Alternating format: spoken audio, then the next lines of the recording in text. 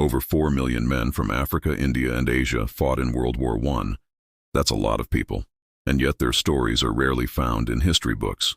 These soldiers came from colonies and were fighting for a king or an empire, not their own country. They dug trenches, carried supplies, and fought in battles thousands of miles from home. Life was incredibly hard for them. Most of the men were under 25 years old, and many had never even seen a war before. They fought in some of the most brutal conditions imaginable, with very little food, medical care, or even clothing.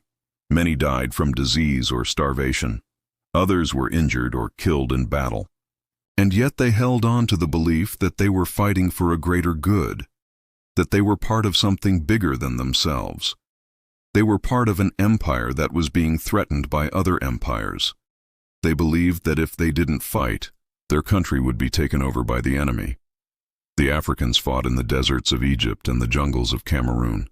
The Indians fought in Mesopotamia, and the Asian soldiers fought in places like Singapore and Hong Kong. They fought alongside soldiers from Europe, but often in much worse conditions.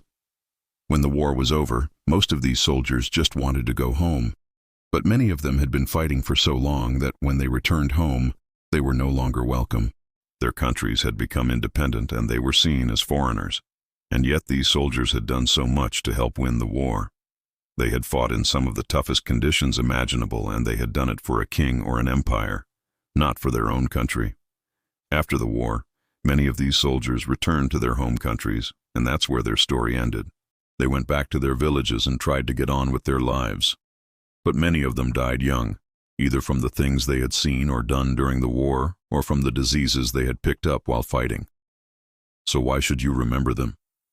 Well, because they fought in one of the biggest wars in history.